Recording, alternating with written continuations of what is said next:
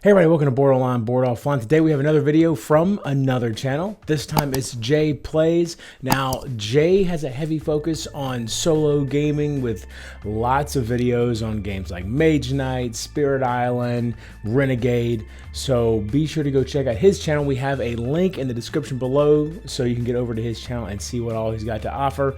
So here we go.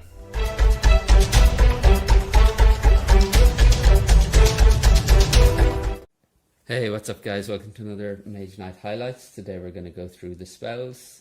So I picked out 5 spells that I really like, and then one honorable mention. This one is Charm Possess. So I haven't used this particularly often, but in a couple of games recently I have managed to get this to work quite well. So Charm is the basic effect. Yeah, you get influence 4, but the part I find really useful is the discount of 3.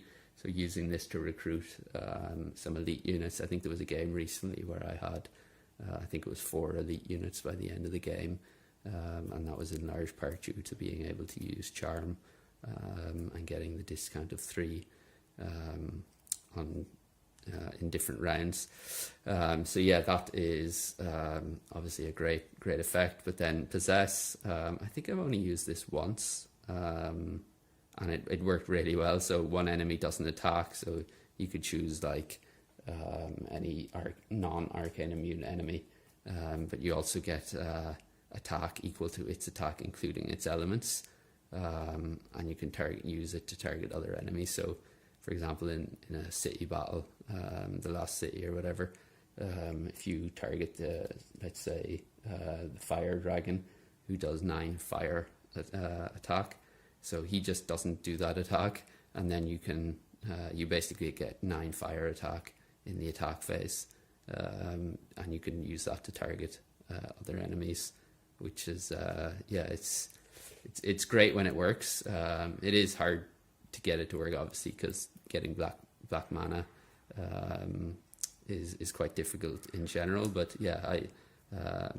this card is really growing on me the last few games, or the few games that I played it in. It's worked really well, so it's definitely one I want to try and get more often. So hopefully we'll get some of them on the channel in the future. And so the first spell is going to be Chill, and Lethal Chill. So obviously it's a blue spell. Target enemy does not attack this combat, and it loses fire resistance for the rest of the turn. So I guess the enemy I use this quite a lot on is the freezers. They're obviously fire resistant, so you can use this against them. They will lose that fire resistance, and they're just not going to attack as well. So you don't have to worry about the 3 ice attack with swiftness, the paralyze that they have, and all for 1 blue mana essentially. It's quite a powerful effect. And then you have Lethal Chill. So target enemy does not attack this combat, and it gets armor -4 for the rest of the turn. Yeah, this is a really fun one to use. I guess the downside to this is quite high for me, in the sense that it doesn't work against ice resistant enemies.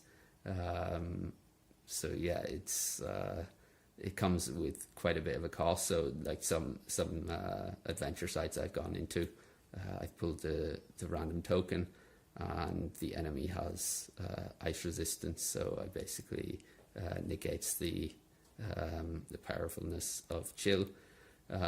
So yeah, there is quite a bit of risk in using this, but typically, like if you're using it in the final or one of the city battles, there will be an enemy who doesn't have ice resistance, and if you have the blue and black mana, you can just take his armor down by 4, which is quite a hefty decrease, and it significantly reduces the amount of attack you need.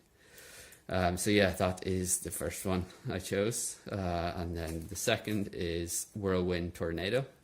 So yeah, just target enemy does not attack this combat, and then the stronger effect is play only during the attack phase of combat, destroy the target enemy. I guess the reason I think this is so powerful is like it's powered by white, so the fire and ice resistant enemies are still going to be impacted by this. Obviously, arcane immune is another story, but yeah, it's having the ability to just prevent an attack and not having to worry about whether an enemy is going to have fire or ice resistance is, yeah, it's really appealing. So yeah, that's boosted this card's value for me quite a lot. When you compare it to something like Chill, you're really relying on facing an enemy that doesn't have ice resistance to get the most out of that card. You don't have to worry about any of that with Whirlwind and Tornado. So that is the second one I chose. The third one then is Expose, Mass Expose. So I think I undervalued this card for quite a while. And yeah, I've really started to value it more highly. So Expose, obviously powered by white, target enemy loses all fortification and resistances this combat, and you get ranged attack 2.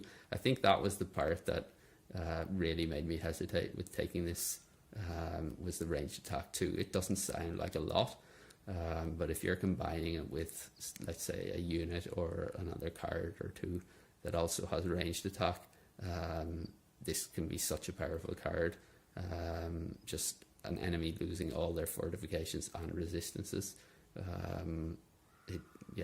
Basically taking out an enemy in the range of siege attack phase rather than having to worry about blocking it.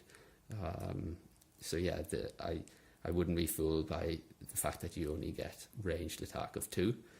Usually you can hopefully combine it with some other ranged attack, either from units, skills, or cards, and yeah, just deal with an enemy in the ranged siege attack phase.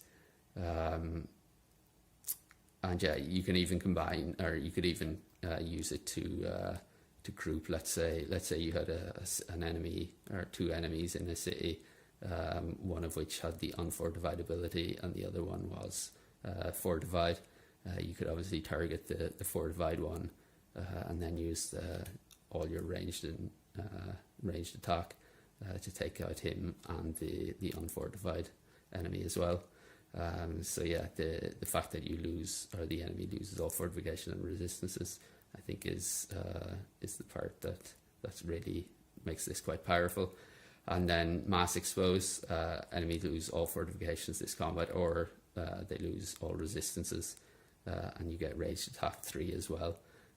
Again, ranged attack 3 doesn't sound like a lot, but when all enemies are losing all fortifications or all resistances, that can save you quite a lot of attack points that you need if you take away all their resistances, or you can do a significant amount of damage in the range of siege attack phase by removing all the fortifications.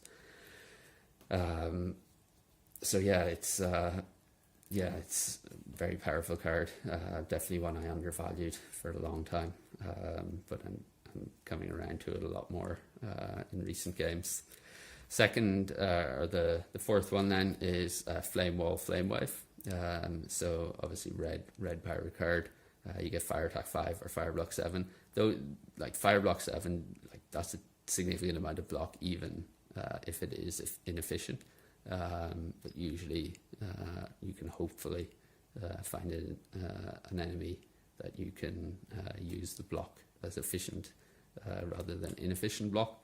And then Flamewave, I just love how this scales.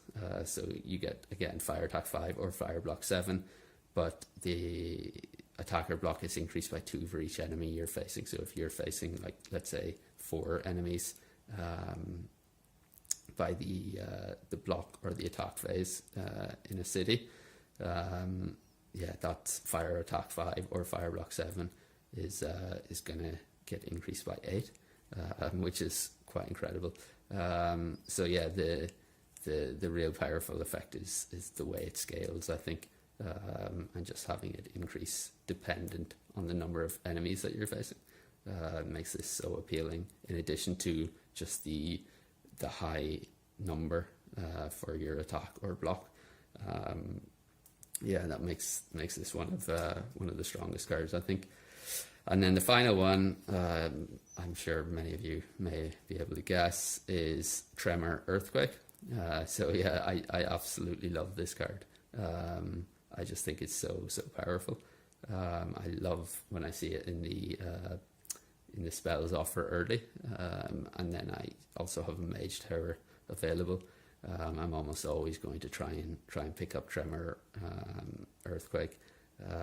So Tremor, you can reduce the target enemy's armor by 3, or all enemies get armor -2.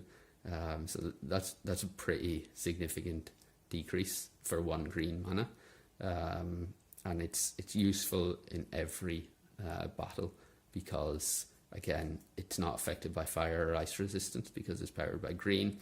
And yeah, you're like, any enemy you face is going to have an armor value. The lower it is, the easier it makes your life. So yeah, it's basically useful in every battle. But then Earthquake, it basically makes cities like really quite insignificant. Like if you have even enemies like with, I don't know, three resistances, like the Ultim Guardsman, so they have like 7 armor, fire, ice, and physical resistance. You can, and if they're in a fortified site, you're getting armor -4 if you play Earthquake. And yeah, it's that takes it down to 3. So instead, like, if it was still 7, you would need 14 points of attack. Reducing it by 4 takes it down to 3, so you only need 6 points of attack.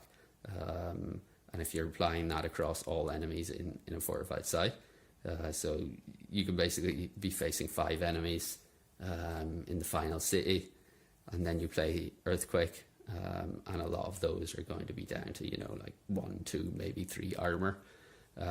It saves so much attack, and yeah, it's saved me quite a few times. Like there's been cities where I've gone into them with maybe 1 or 2 artifacts, and then this as my only spell, and still being able to come out on top. That's just how powerful I find this card. Yeah, it's basically because it ignores the number of enemies you're facing, and just says, or all enemies get armor -2 or armor -4 if they're fortified. Most enemies in a city are going to be fortified unless they have the unfortified ability. So you're basically reducing like a significant proportion of the enemies you're facing by 4 armor. And yeah, that's the reason why I love this card so much. So yeah, that is going to do it for today, I think. Let me know your thoughts in the comments. Always interested to hear other people's opinions. What spells am I undervaluing?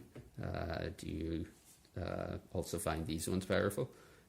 Be interested to hear everyone's opinion. I guess there was a few that I really wanted to include. I guess one that stands out is probably Wings of Wind, Wings of Night. It can be so useful having the movement. I think it's spend 1 to 5 move points and move 1 reveal space on the map for each. So I really wanted to include that. You also have Wings of Night, which prevents enemies from attacking, and you can pay extra move points to prevent more enemies. So yeah, that was probably one that just missed out for me.